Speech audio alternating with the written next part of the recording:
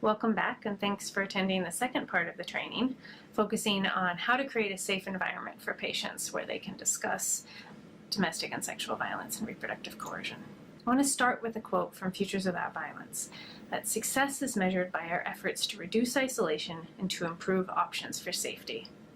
This means is that we're not superheroes and we're not here to rescue anybody. The point isn't to make people disclose or to make people exit abusive relationships. The point is to let them know that they're not alone, that we are here to help them, and that there are resources for them, and to improve their ability to access resources and move towards safety and health for themselves and their families. I'm sure you want to provide this for your patients, and I imagine you've probably encountered some barriers along the way. Take a moment to think about what those barriers are. My hope is that in this training, we will address those barriers and provide some creative solutions to them so that you are able to meet patients where they're at and provide them the care that they need around these difficult topics. In all of our patient care encounters, whether inpatient or outpatient, we all want to do our best job with recommended screening practices. But there are things that can make that really hard to do. One of the biggest ones is that our appointment times keep getting shorter and shorter and shorter. With that, it can be hard to go through these important topics, especially if somebody brings up something that you need to get more in depth on. Additionally, the topic that we're talking about today can be really uncomfortable. It can be uncomfortable to bring up. It can be uncomfortable because you don't want your patient and family to feel like they're being judged. It can be uncomfortable because sometimes it's hard to know just how to respond. Or if you do have a positive screening, what are places that you can refer that person to so that they can get the help and support they need? It can also feel really uncomfortable if you've experienced domestic violence or intimate partner violence in your life. There are so many reasons that make this a hard thing to talk about, but at the same time, it's one of the most important screenings that we do. Because of all these pressures, when we're doing screening for domestic violence, it can be very easy to do verbal and nonverbal messaging to patients and families about how you want them to answer the question, even if you don't intend to do it. So, for example, these are real questions that I've been asked that maybe you've been asked before. Okay, it looks like we have your vitals. You look good. Do you smoke? How often? No one's hurting you, right? Are you experiencing any domestic violence in the home? Anyone who's hurting you? I know this doesn't apply to you, but are you being abused? So what is wrong with these questions? Well, with that question, there's only one right answer, right? The right answer is no. Patient doesn't feel like they have an opening to tell the provider anything. Are you experiencing domestic violence? So what's wrong with that question? Well, not everyone knows what domestic violence is. So they may think that it's only severe physical forms, and they may not identify what's happening to them as domestic violence. Also, people don't always want to identify with terms like domestic violence. So we want to be careful not to use terms as barriers and stigmatize people. Are you safe at home? And are you safe at home? Is everything safe at home? So are you safe at home is one of the most common questions asked about domestic violence in facilities all over the country. But what are some problems with that question? Well, it's pretty vague, so it could mean anything. Yeah, I'm safe because I have a carbon monoxide detector and a smoke detector. Or no, I'm not safe because there's been a bear around the cabin lately. So it's not clear what that means. But perhaps more seriously and importantly, the abuse could be happening somewhere other than home, and people's sense of safety can shift.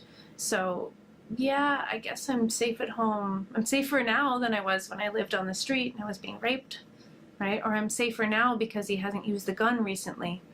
So the people's perception of safety is subjective and based on their own experience. The evolution was to start acting more direct and specific questions. And those were an improvement on vague questions like, are you safe at home? But there are some limitations to this. So imagine being a patient, and in the context of the rest of your vitals, you're asked questions like this. Wonderful carbon monoxide detectors. Great. And do you check those batteries every year, change the batteries? Awesome, that's so great. Now, is anybody causing you any injury at home? Have you been hurt, kicked, slapped, punched? No? Okay, great. And let's see. Do you guys have a fire exit plan in case of a fire in the home? Has your partner made you do sexual things that you don't want to do? Have you been hit, kicked, slapped, shoved, or physically hurt in some other way by your partner? What might be some barriers to disclosing, right? You might not know why they're asking that question or what they're going to do with the information. Who is this person to ask me this? Are they going to judge me? Are they going to help me? Are they going to report me? Right? If there no context is given, people might not understand why you're asking this question. It might not trust you, might even feel invaded. Also, these are yes or no questions, and so the response options are limited. Or they may be experiencing a form of domestic violence that doesn't quite fit into these questions. So how should we do it? What we'll focus on for the rest of this training is how to create a safe environment where we have integrated education with assessment or screening and integrated intervention or response. The majority of this second training will focus on how to create a safe environment specifically around discussing domestic and sexual violence and reproductive coercion. But I would be neglecting something very important if I didn't talk about the larger context of how to create a safe environment. Having a trauma-informed organization, having youth-friendly clinics so that we can provide these services in a way that are empowering and appropriate for young people and that make them feel welcome. How to provide services to lesbian, gay, bisexual, transgender, and intersex patients in a way that is respectful and inclusive and safe. How to create environments that feel safe for people of color. How to address racial inequities in healthcare. All of these are incredibly important pieces of creating a safe environment in your facility. And so I'll leave you can pause your video and copy down these links. They'll also be in the resource list at the end. There's so much work to be done on all of these areas, and I regret that we can't focus more on them. Another piece of creating a safe environment is to send messages that domestic violence is an important health issue and that we care, we are safe people to talk to by using posters and other materials that you can put up around clinics, in waiting rooms, bathrooms, etc. You can order the 2 posters on the left of this slide at the website on the bottom, which is our website where you can get all of the materials that we share in this training. And the poster on the right is one of many posters created by Futures Without Violence that you can order on their website. So the first step in creating a safe environment around discussion of domestic and sexual violence is privacy. It is vital to talk with a patient alone without partners or other family members or friends present. Even if you think that the person there is a friend and they want them there, it's still important to get that person alone. We know that traffickers send other girls along with the trafficking victims to the clinic so that they can listen to them and report back to the trafficker or the pimp what that girl shares. So it is very important that no matter who that person is, you give the patient a chance to be alone. One way to make this easier is to use signs that normalize it, that just say that this is part of your clinic policy, so that patients come to expect it and the people who are there with them come to expect it. To demonstrate how to do this, we'll watch a quick video that was created by Futures Without Violence, showing how to just make this a normal part of policy and procedure in your clinic. I'm sorry if this is making you late. I can stay here by myself if that helps. You know that can't work. Look, I need you to be home when I call you from work, or else I start to worry about where you are. Of course. Besides, I want to know what's going on with you as much as you do. Sure. Good. Now I'm glad that you're thinking this through. Hey, Jocelyn? Yes.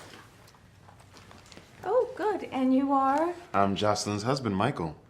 Well, I'm glad you came in. We like to see supportive husbands.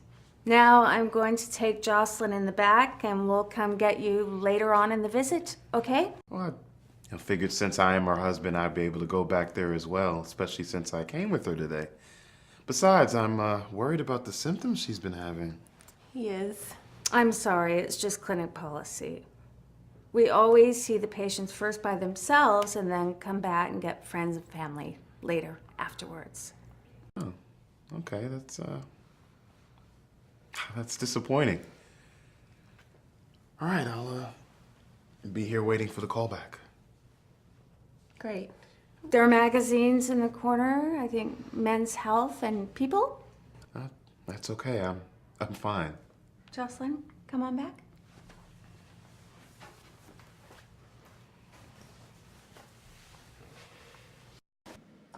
So what did you notice that the provider in that video did?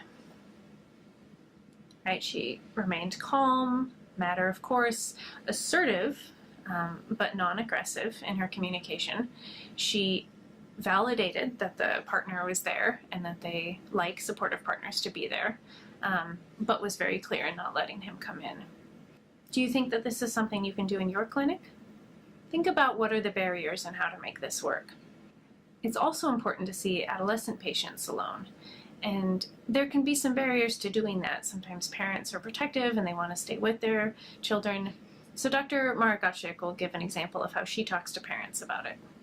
Thanks so much for being here for this part of the visit to talk about what's been going on with your daughter. This is the time in the visit that with all teenagers, we ask their parents to step outside so that I can talk with her one-on-one. This is something that I think is a really important part of her development because in a few years' time, she's actually going to be here alone at this visit. So I think of this as like practice for when she's an adult, which is going to be here before we know it.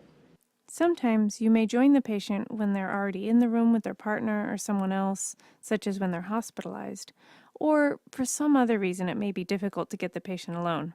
Here's one example of how to find creative solutions in these situations. Could we take a few minutes and come to another room? We have a few tests that we have to do. And, oh, it's actually, there's only enough room for the nurse and the patient. I'm sorry. Can you please wait here for 5 minutes? Sometimes there are specific barriers to seeing a patient alone that healthcare staff might experience. One of those being language access. If a patient's first language is something other than English and they're more comfortable in their first language, it's important that they are able to communicate with the healthcare provider in that language using a trained professional interpreter, not a family member.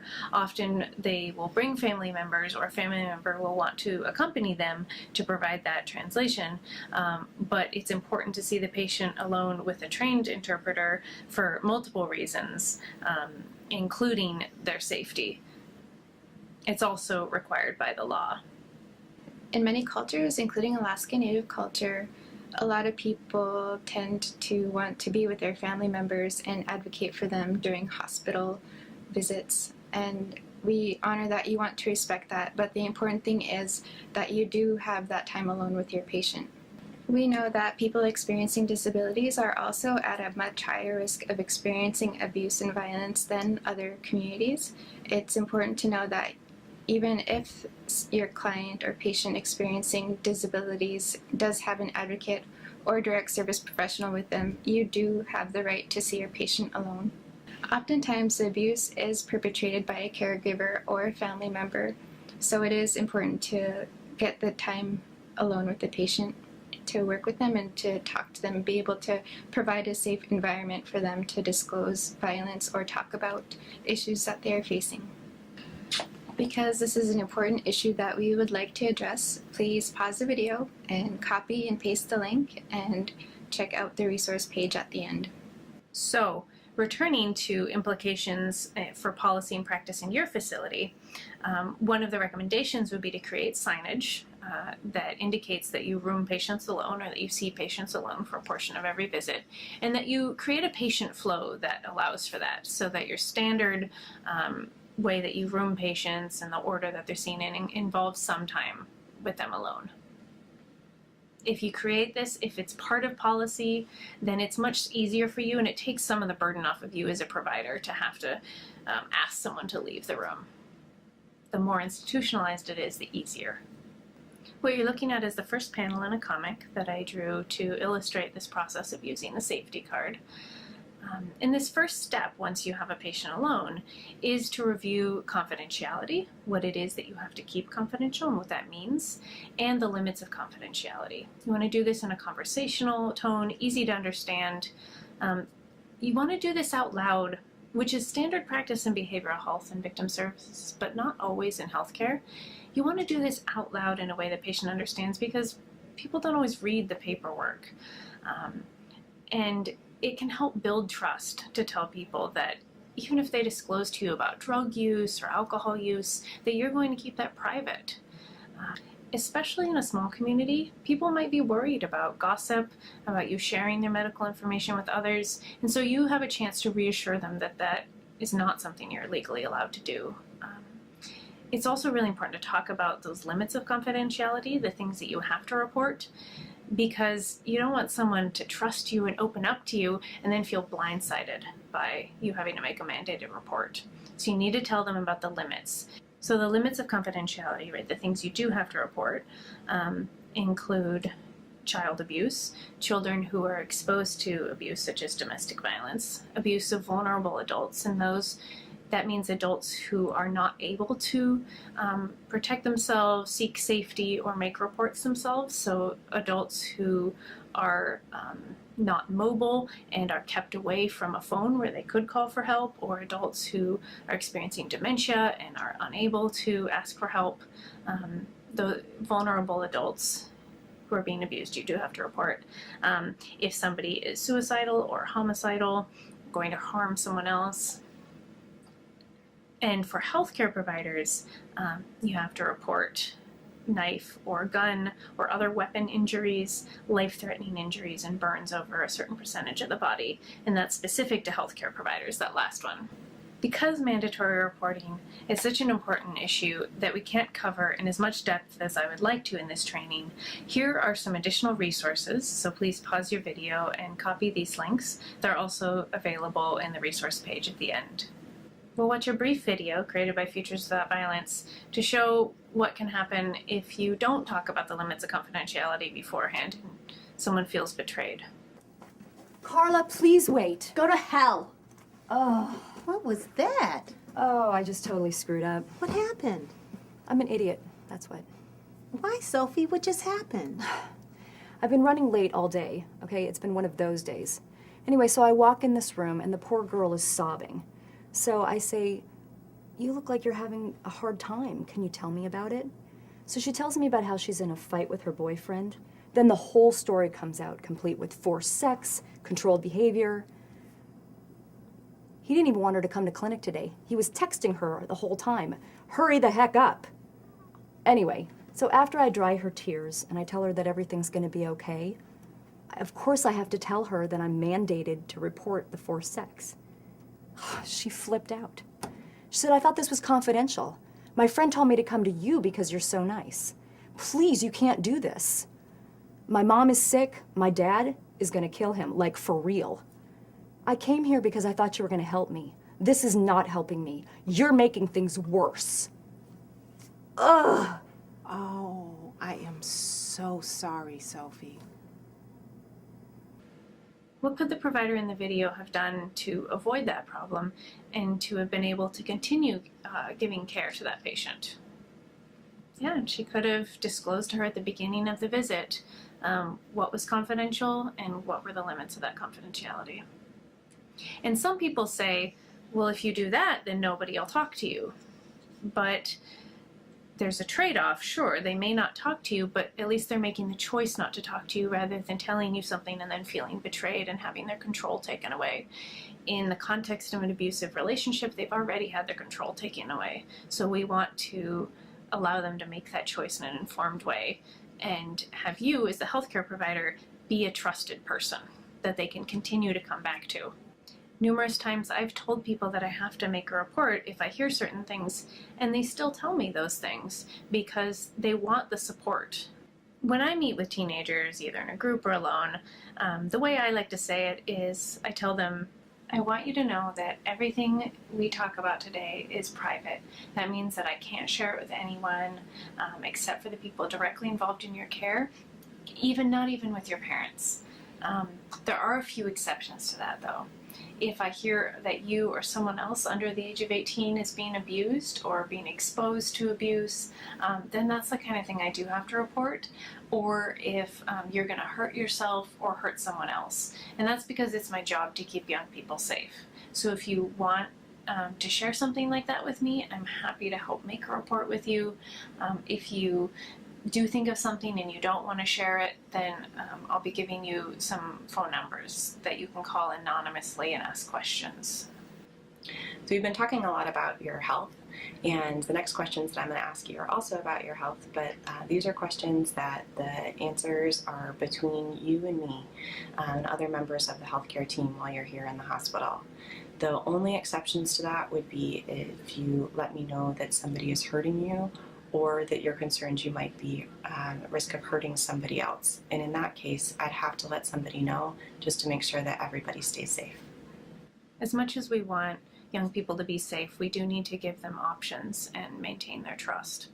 But of course, as mandated reporters, if you do suspect that someone under 18 is being abused, you are required to make a report. And later in the training, we will talk about how to do that in a trauma-informed way that can minimize how difficult that is for the young person or the adult. Here's an example of how you might explain confidentiality to a patient who is 18 or older. I want you to know that everything you say here today is confidential. That means that I have to keep it private and I can't share it with anyone who's not directly involved in your care. There are a few exceptions to this though. If I hear about someone under the age of 18 who's being abused or being exposed to abuse like domestic violence, that I have to report to the Office of Children's Services. Or if I hear about a vulnerable adult who's being abused, then that's a report to Adult Protective Services because it's my job as a healthcare provider to keep people safe. Or if I hear that you are going to hurt yourself or someone else, then that's the kind of thing I have to report. But everything you share with me about your health or anything else stays completely private. And I want to reiterate that for an adult who is victimized, you are not required to make a report for them unless a child was exposed or is somehow involved. The reason for that is because the autonomy of that adult to make their own decisions is the first priority. So coming back to some of the policy and practice implications for your facility, something I would recommend would be to have signage about confidentiality, explaining really easy to understand terms at a reading level that's easy to read about what confidentiality means and what those limits are. And then to have policy and practice guidelines in place where every person who sees a patient does discuss confidentiality and its limits. So now that we've set up a safer environment for patients where they are being seen alone and where they understand confidentiality and its limits, then we're going to talk about using the safety card as a way to approach domestic and sexual violence prevention, education, screening, and response. So I've spent a good portion of my career training healthcare and other types of providers to screen for domestic violence. And it's all been a learning curve. When we started out, I have to say I was militant about people using direct screening approach that was always, of course, face-to-face, but using very specific questions on domestic violence, particularly focused on the physical forms of violence. And we began to realize some things. First of all, that many women don't know what a healthy relationship looks like, based on the experiences they had growing up, based on the type of relationships that they are in, where if the violence is less controlling or less physically violent than what they saw growing up, then maybe that's an okay relationship. We also realized that even as careful as all the training that we would do around screening, we were getting much lower disclosure rates than what we would see in terms of population-based survey data in Alaska and elsewhere. And in fact, if you look right now at the numbers for the home visitation programs across the US that are mandated to screen for domestic violence, those numbers stay right around 5% of disclosure. Clearly, a lot of women who are experiencing domestic violence aren't disclosing. We began to think, particularly working with Futures Without Violence, who has now developed a series of safety cards. How can we approach this in a way that is less stigmatizing, that helps women to understand about what healthy relationships look like, so then we can talk and ask the questions about unhealthy relationships? And that is the safety card approach. It's an opportunity to move to primary prevention in many ways, because whether a woman is experiencing violence or not, or maybe she's not experiencing it now, but it's going to happen few months or next year or whenever, we're able to have that conversation about what healthy relationships look like. There are cards that are now developed for Alaska women, modeled on the original cards, which have been evaluated in scientific studies showing how effective this approach is, where we have a tool to support providers that they can give to patients to talk about healthy relationships. The questions are embedded in the safety card as sort of a self-quiz, which we find a very effective way for women to think about what experiences they're having in their relationships. And it's been a very useful tool that has even been developed for teens into a card for Alaskans. Futures Without Violence hosts the National Resource Center on Health and Domestic Violence, and they've developed a number of national cards. These are wallet-sized fold-out cards. This is an example of a perinatal card. They have also created a gender-neutral teen card. A number of tribal sites around the country have created American Indian cards. And so what we did, the Alaska Native Tribal Health Consortium and the Alaska Family Violence Prevention Project, started by creating an Alaska-specific card for teen girls and adult women.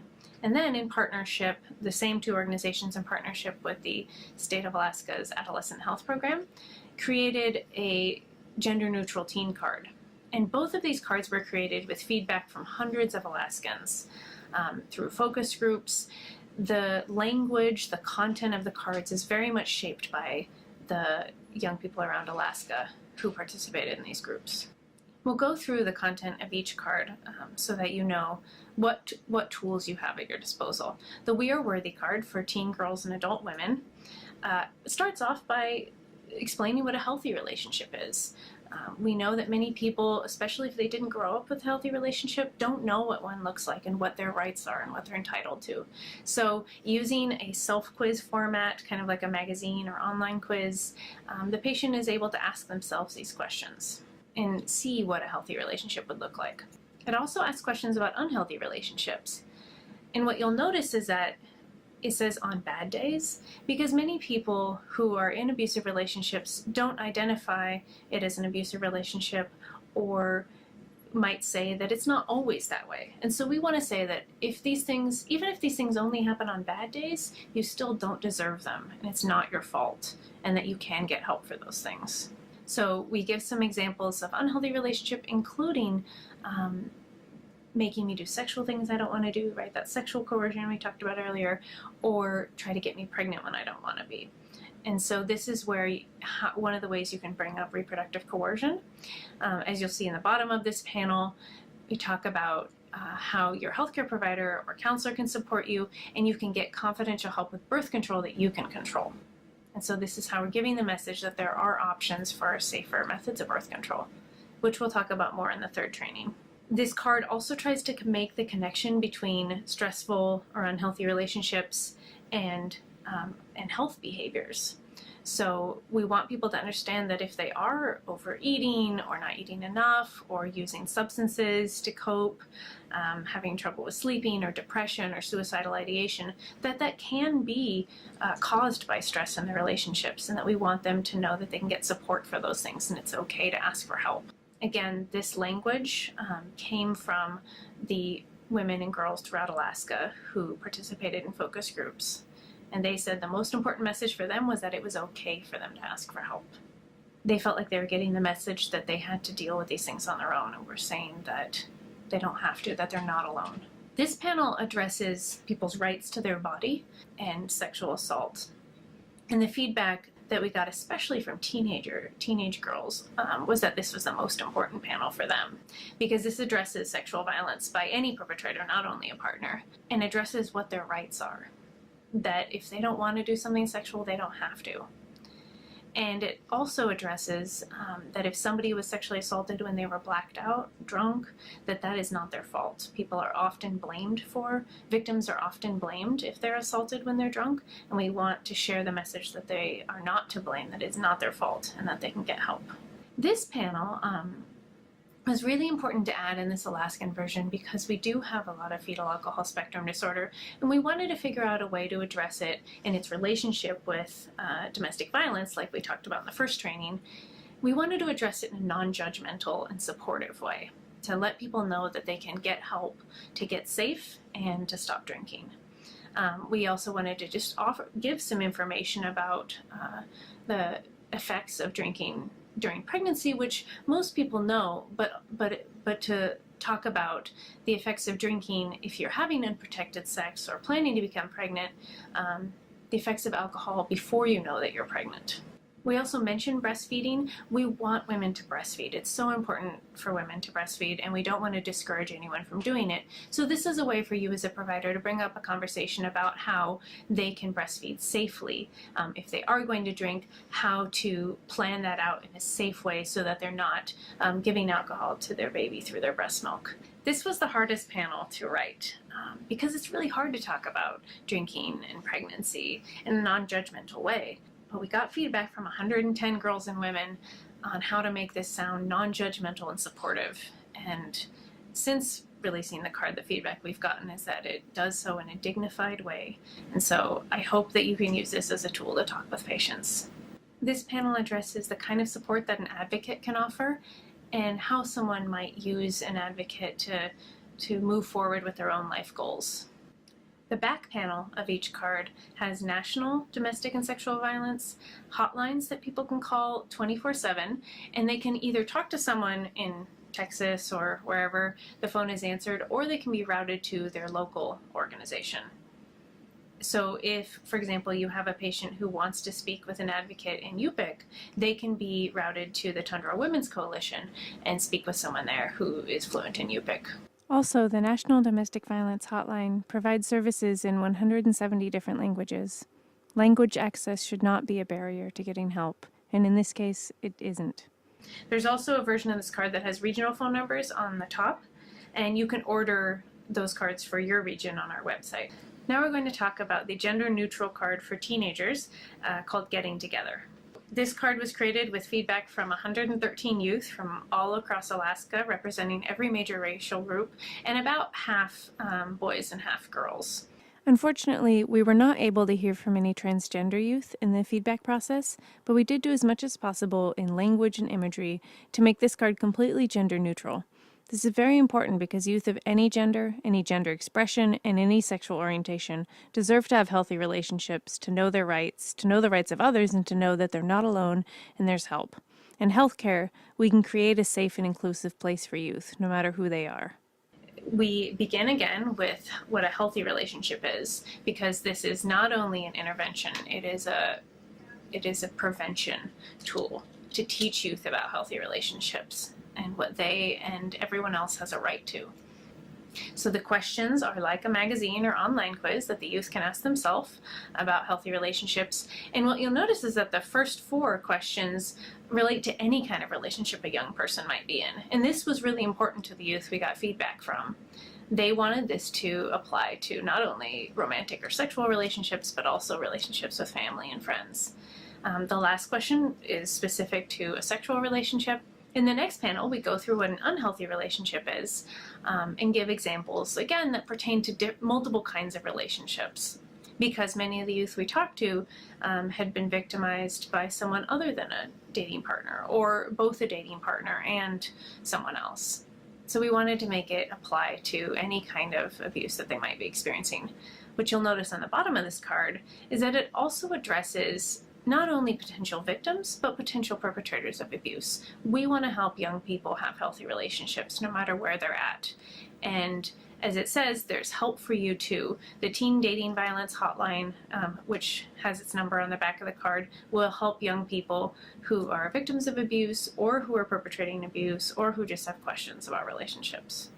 Now this panel is about consent. It is so important for young people to understand what consent is, what they and everyone else has the right to in terms of intimate behavior. And so we go through about being aware or conscious and sober, close in age, and that is of course when we're talking about teenagers and young people, and no one having authority over the other, and then what consent looks like, that is clear, spoken, happy, enthusiastic agreement to each activity, right, that it's specific. And we reiterate that point on the bottom. You'll see consent to kiss or touch is not consent to do more. They reinforce that they need to be asking and listening to each other. We give examples of how to communicate about intimacy, how to ask questions and then listen and respect the answer. This panel was one, again, that teenage girls in our focus groups said was the most important for them, which is to share the message that their body is theirs, that if they don't want to do something sexual, they don't have to, that they can make choices about their sexuality. We address reasons, ways that people might pressure someone into sexual activity, even if they spent money on you, even if you've done it before, it is always your right to choose. We also, again, address blame for victims who are assaulted when they're blacked out or drunk, and we let them know that it is not their fault and that there's help for them. What we heard from young people is that this was a major fear. They were afraid of reporting an assault if they were drunk because they thought that they would get in trouble for drinking. This panel is about commercial sexual exploitation of children or human trafficking. And we felt that this was very important to include because there aren't educational materials out there for young people on this subject, and we know that it's a big problem in Alaska. So we just give some very brief examples or definitions of how this might work. By federal law, if anyone under the age of 18 is exchanging any kind of sexual act for anything of value or need for them, whether that's shelter, rides, food, drugs, or money, that is a victimization of them. That is classified as commercial sexual exploitation. And so the young person should not be treated as a criminal, but as a victim. Commercial sexual exploitation of an adult is whenever an adult is exchanging sexual activity for something of value or need, and they are doing so under coercion or threat or fraud. We provide the FBI phone number because they are the most experienced and up to date on how to keep victims safe and handle these crimes. This panel on how to help someone is there because teenagers are really motivated by being able to offer support to one another and help their friends. And we wanted to give them some tools to do that. We also wanted to reinforce how they should be treated if they experience an assault, that they should be believed and cared about and told that it's not their fault. On the back of the card, you'll see a number of teen-friendly resources where they can call or text or chat online or look up things on a website totally anonymously. We also put in lines for them to think of someone that they trust. We want youth to be able to talk with a trusted adult, and the local organizations can write in their phone number on the line there. Youth expressed a number of different concerns and fears about seeking help. Some were afraid that they would be reported if they called a hotline. Some were afraid that they would be lectured, judged. So we just wanted to make clear to them that these hotlines are there to listen, that they're there to offer the support and information that the young person wants, not to lecture them, not to report them.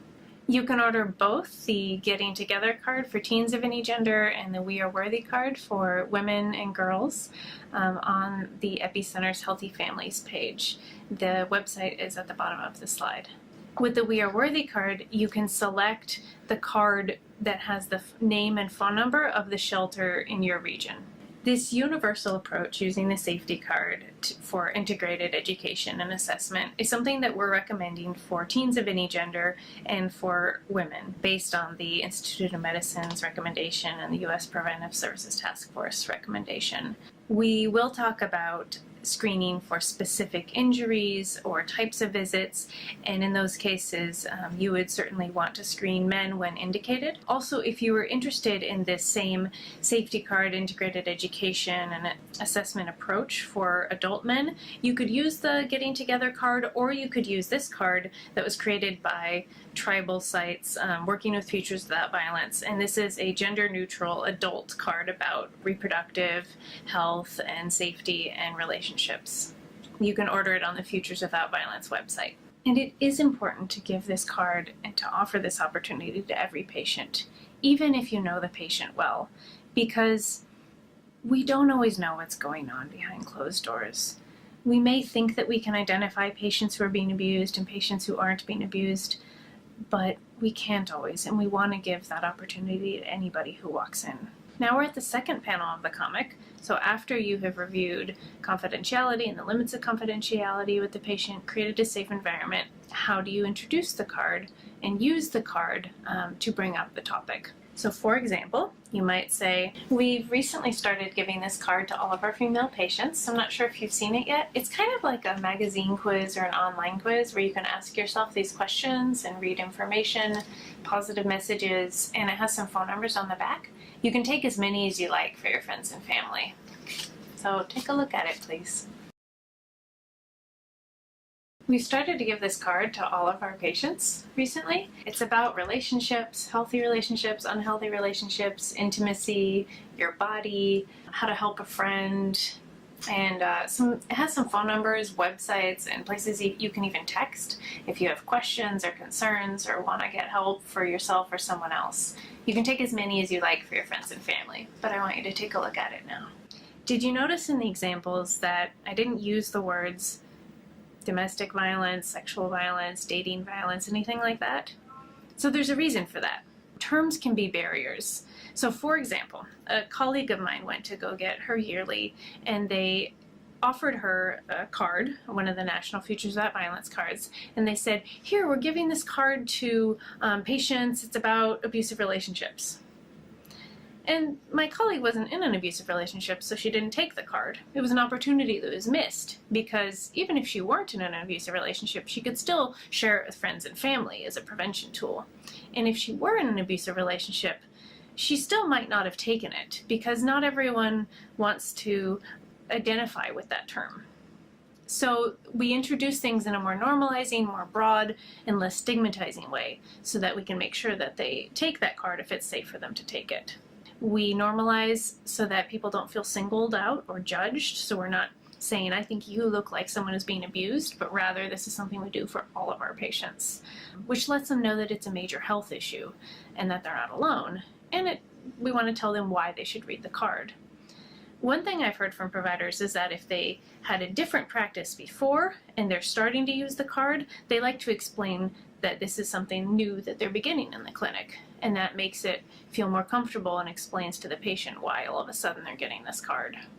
Again, the point of talking about domestic and sexual violence in healthcare is to reduce isolation, let people know they're not alone, and improve their options for safety. And so whether they choose to disclose to you that day or not, they still walk away with one or two or however many cards they want to share with friends and family, and to have as positive messages for themselves and with those phone numbers so that they can get help when they choose to do so. I think a lot of the time empathy might be worn down when you're seeing so many patients and you're trying to get through the day and address all the tasks that you need to do. But I think this card right here is a really good tool to address those issues. It takes a short amount of time.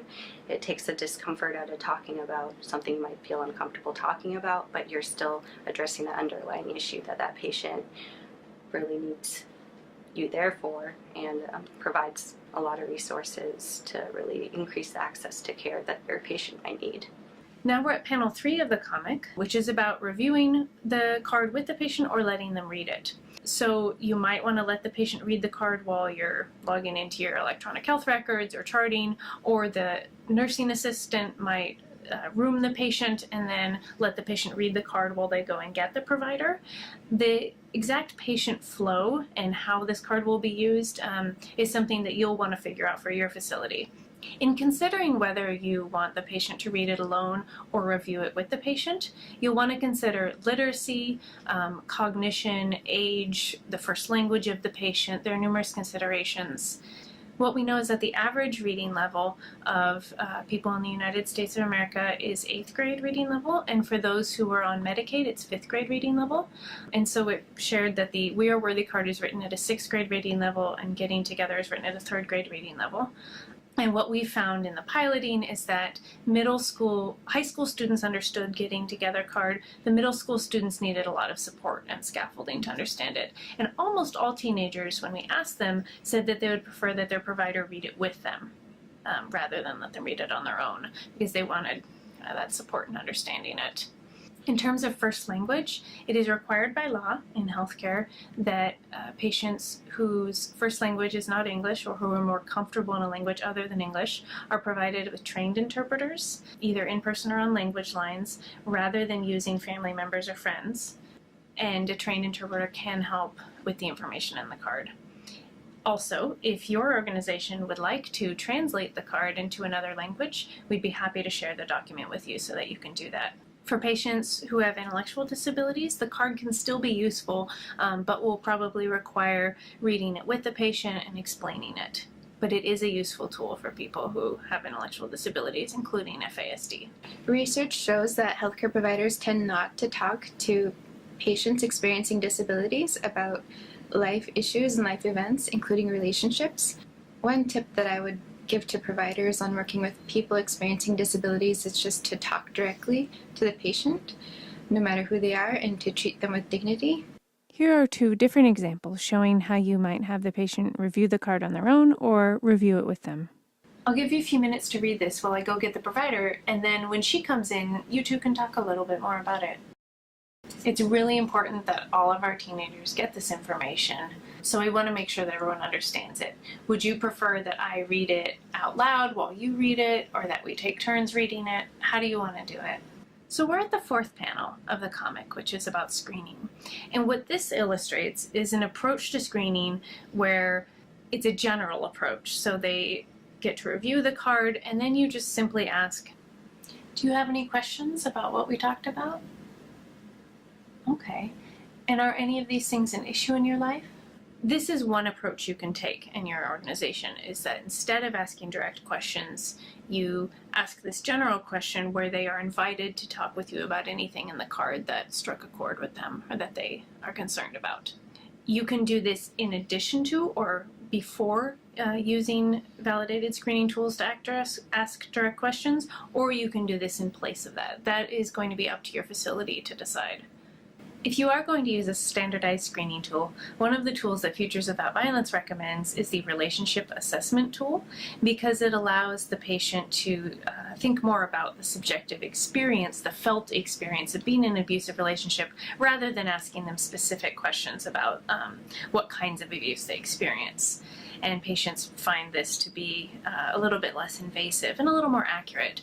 However, the tool is not gender neutral, and so I would recommend changing the language so that it can apply to partners of any gender, because we know that abuse can happen in heterosexual and in LGBTQ relationships.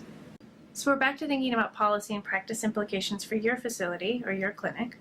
One thing is that you would want to update your electronic health records so that it reflects this approach. One example could be, instead of the EHR asking, "Are you safe at home?" or another question like that, the question could be, "Did the patient receive a safety card?" Another implication is that you'll want to figure out what your patient flow is for universal screening. So who rooms the patient, who introduces the card to the patient, and then who follows up with that general screening question, who discusses the card with the patient, etc. If you have kind of a standard practice for this, that might make it easier to make sure that it happens. And patients might sometimes feel more comfortable with the nurse or more comfortable with the provider. And so having some flexibility might help too. In addition to this more universal approach to integrated education and screening, I also want to talk about specific screening questions you might ask in response to an injury or a specific kind of visit. And the idea with these is that we're using the same principles. You're normalizing before you ask the question. You're telling them why you're asking them the question, and you're telling them what you're going to do with the information so that they trust you and understand why you're asking. So, for example, is it okay if I ask about the bruising on your neck? I ask because every time I see bruising on somebody's neck, I worry that they might have been strangled. Strangling is a very dangerous injury that needs medical help, and I want to help you get those resources if you need them. Has anybody put their hands around your neck and squeezed, choked, or strangled you? often when we see an injury to the jaw, like the one you have, it's because someone's been hurting the patient, sometimes a partner. I'm concerned that this could have happened to you.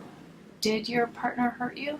Because it happens to so many women, we ask every woman who needs emergency contraception if they've had difficulty with their partner trying to get them pregnant or with refusing to use condoms or coercing them to have sex. Has that been happening for you?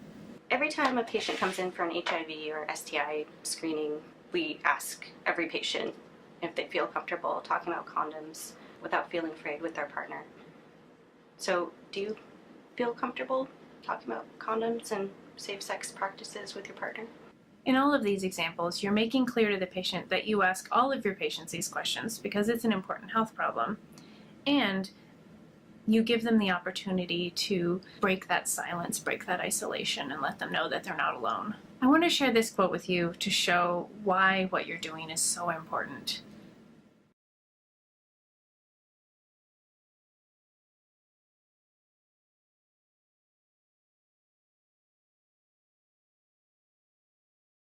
Oftentimes, bringing this up, both in terms of education and asking these questions, can help people see things in a light that they didn't see them before. They're often told by abusers that they're crazy, that they're imagining things. And so when you ask these questions, you can help people understand their rights and their options, and that what's happening to them is not okay and it's not their fault. In addition, knowing the reality of your patients' lives, for example, knowing whether sexual risk behaviors or rapid repeat pregnancies have to do with coercion or threat, can help providers to be more effective in their risk reduction approach and motivational interviewing. It allows you to more accurately understand the problem and support your patients towards health. So we're back to the implications for policy and practice in your facility, and that can include putting in place practice guidelines about standard questions that you would ask for visit types and injuries, such as STI testing, pregnancy tests, emergency contraception, body trauma, strangulation, and pregnancy terminations. And you can get more information on general approaches as well as these specific visit type questions and safety planning with this guide that you can get on Futures Without Violence website for reproductive and sexual health, and this guide for adolescent health, which you can also get on their website, and this training video for dental professionals, also available on Futures Without Violence website. A safe environment for patients is communicated through the kinds of policies and practices we just discussed, and also, very importantly, through tone, pacing, body language, and more. To discuss approaches that providers can take to create a safe environment for patients, especially for survivors of trauma and abuse, let's hear from a nurse and a certified nurse midwife. One part of training we go through as nurses is providing a non-judgmental, safe environment where you can really build trust with your patient so they feel safe talking with you and they have that rapport with you to share things that you might want to address with them. In my practice, what I do to help connect with my patients, or in our setting, our customer owners, is realizing that as long as I come from a space of love and compassion and understanding, it doesn't matter exactly how I say something, but in the way I say something. So in working in Anchorage for the past 3 years and also receiving the patients that transfer from throughout Alaska is knowing that there are cultural differences for the individual, but also from the area that they come from, and knowing that you'll have to tailor your communication based on that individual. Some of the more village women, they may be more quiet, needing more time for responses, and for you as the provider to not speak as quickly. Also, there's a lot of body language differences and eye contact. Sometimes they might answer with a yes of just raising their eyebrows or a no with down, and picking up and working in your area of how the different cultural components of communication are. and trying your best to apply that to the individual. What I have found that helps with communication is also my positioning, my body positioning, and how I speak to them. And that I often try to get down low, either that I'm sitting down with them or if I'm below them, so that if I'm looking at them, I'm not above them. And that can be a position of being domineering. I want to allow them, just like you would speak with a child, for the child to be heard, you want to get down on their level. Either put them on a stool or squat down so you can talk to them. And I feel that is a natural way for us as individuals to communicate on an basically eye-to-eye level, so you can be of equal power, so that you as a provider don't want to come across as domineering or oppressive. So with working with women, it's really important to me, and I find that women are more responsive if I come from a perspective that they have a history of sexual abuse, whether or not I know that. And that means that I changed my demeanor in that I ask for permission before doing any procedures. I review my labs with them to discuss if that's okay, I have their permission to draw those labs, and to tell them what I'm going to do before I do it, any touch. Also, too, to allow them to tell me if they are having pain or they need me to stop for whatever reason, they can tell me to stop, and I promise, no matter where I am in my procedure, that I will stop. I think this is really important because as providers, we don't want to be reinitiating a trauma dynamic, and that sometimes, even though these women are presenting for their healthcare and it is a different situation, their unconscious doesn't always identify it, that this is actually a safe situation, and they can revert back to the feelings of trauma or that incident. And that is one reason why many women have trouble accessing care, or they feel afraid of providers. So allowing women to have control over their bodies and what's going to happen to them, and allowing that I'm not the one who has to assert something on them. They can help work with me about what they want for their health care, and at a pacing that they're willing and comfortable with. So I want to show you a quick video by Futures Without Violence that demonstrates this universal approach to integrating education with screening and intervention. One note about this video is that it was created before Futures Without Violence clarified their process, where they first want to give the card and then ask questions. So in this video, the provider gives the card at the end of the video. That's just one thing to keep in mind, that we would want to do, use the card as an introduction kind of before asking these specific questions. But watch the video as an example of how to engage an adolescent respectfully and talk about these issues. Also, you'll notice watching it that the provider applies many of the same principles that Quenna and Heather discussed. Dr. King, I'm going to be taking care of you. So, I see that you are interested in getting tested for sexually transmitted infections and HIV today? Oh, well, my girlfriend and I decided to get tested for STDs and HIV, so yeah, that's why I'm here. Okay, great. Well, I'm glad you came in. Before we get started on testing and talking about your relationship, I want you to know that this conversation is private and confidential unless I find out that someone is hurting you or if you're feeling suicidal. Okay, those things I would need to report. Yeah. So back to testing. Did you already leave your urine sample? Yeah. So you said that you and your girlfriend both came in to get tested today, which is great. Are either of you experiencing symptoms like discharge or burning during urination, anything like that? Oh, no, I'm not having symptoms. It's just a new relationship. I want to make sure we're okay. Okay. So I want to understand more about the people that you've had sex with. Have your partners been men, women, or both? Seriously? Girls, only girls. Okay. And how many girls have you had sex with? A couple. And are you seeing more than one person right now? Having sex with more than one girl? No. I just ended it with the other girl, like 2-3 months ago, I guess. And then I started seeing Sophie. Okay. So tell me about Sophie. How's that going? I don't know. She's pretty cool. Smart. Pretty. Nice. And have you and Sophie had sex yet? Or was testing something you wanted to do before you had sex? We've had sex a few times, and then we decided to get tested. And when you had sex, was that something that you both felt comfortable with? We've been going out for a while, so yeah, I guess we both knew it was going to happen. So you know the next question I'm going to ask. Condoms, right? Uh-huh. And how often are you using them? Sometimes. Okay, tell me more about this sometimes part. Were there just times when there weren't any around, or they didn't work right? Is she on another method of birth control? She's on the pill now, and we aren't having sex with other people, so... Okay. Does Sophie want you to use condoms anyway? We really don't want to get pregnant and had a scare. It's totally fine now, so the pill seems better. And you know the drill about condoms preventing STIs because you came in to get tested. But I do want to circle back around to something that you just said, that the pill seems better. How did that decision get made? When the scare happened, we were both pretty freaked out, so we talked about things that might work better since the condom broke. We don't want to go through that again, so the pill seems better, and that's why I came in to get tested too. Okay, so it sounds like you've really thought this through.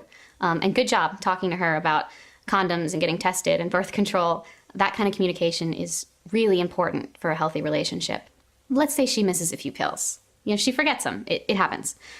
Condoms can give you double coverage, especially if you are worried about pregnancy or risk of infection. It can be a really good idea to use condoms too.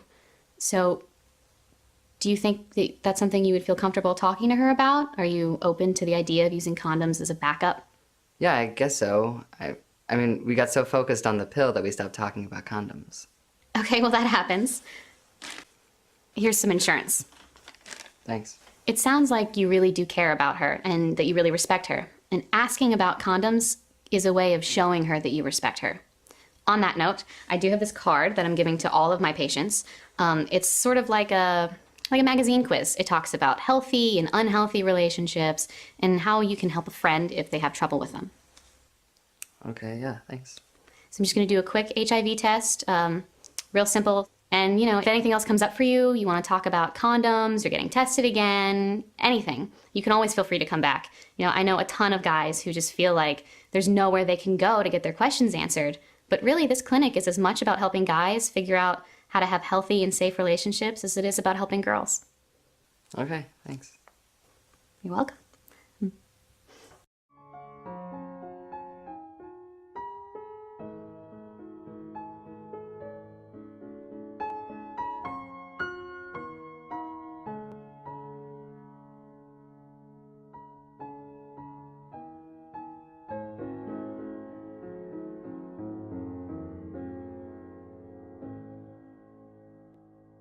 So what did you notice that the provider did well? Some of the things I thought she did well were that she asked questions in a really conversational, comfortable way. She addressed consent, both about sex and about which forms of birth control they're using and about testing. So she was sort of, through her questions, doing some education. She spoke respectfully. You could tell that she enjoyed the presence of the young person in her exam room. And teenagers can tell if you enjoy them or not. And so she did a good job of modeling just caring about a young person. She also validated what he was doing well, the communication with his partner, and gave information about condoms and protection in a non-judgmental way. Is there anything that you might have done differently than the provider? As I already mentioned, we would suggest giving the card earlier in the visit, then doing the questions. And I'd also recommend, instead of saying, when discussing the limits of confidentiality, instead of saying, if you're being hurt, saying if anyone under age 18 is being hurt. Because sometimes teenagers might disclose about friends or family members of theirs rather than themselves.